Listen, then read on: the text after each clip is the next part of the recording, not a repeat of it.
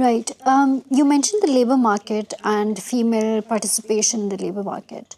So, when you talk about the female involvement, you are only specifically talking about entrepreneurship and females in leadership roles, or even in the within the labor industry as well.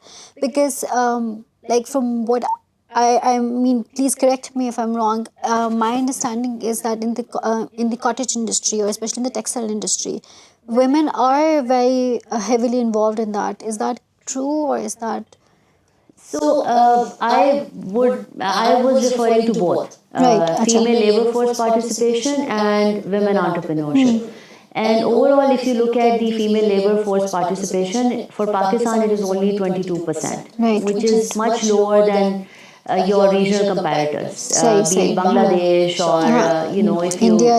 yeah, or if you even go towards East Asia, the numbers are they have evolved very rapidly. They started from very low base, and over time, there are more women now working, and they have jobs which ensure quality and which ensure respectful workplace environment as well. So these are the factors which they have managed to bring in very successfully and get a lot of dividends out of that. So for Pakistan, there are problems or challenges at both ends. Yes, there is a lot of female labor force participation in your informal sector. Cottage industry also, because a lot of them also play within the informal space, and not all of them are registered. But the entrepreneurship space is also not growing as much as one would have hoped it to grow, and there are a lot of underlying factors for that, which we can discuss later on in the conversation.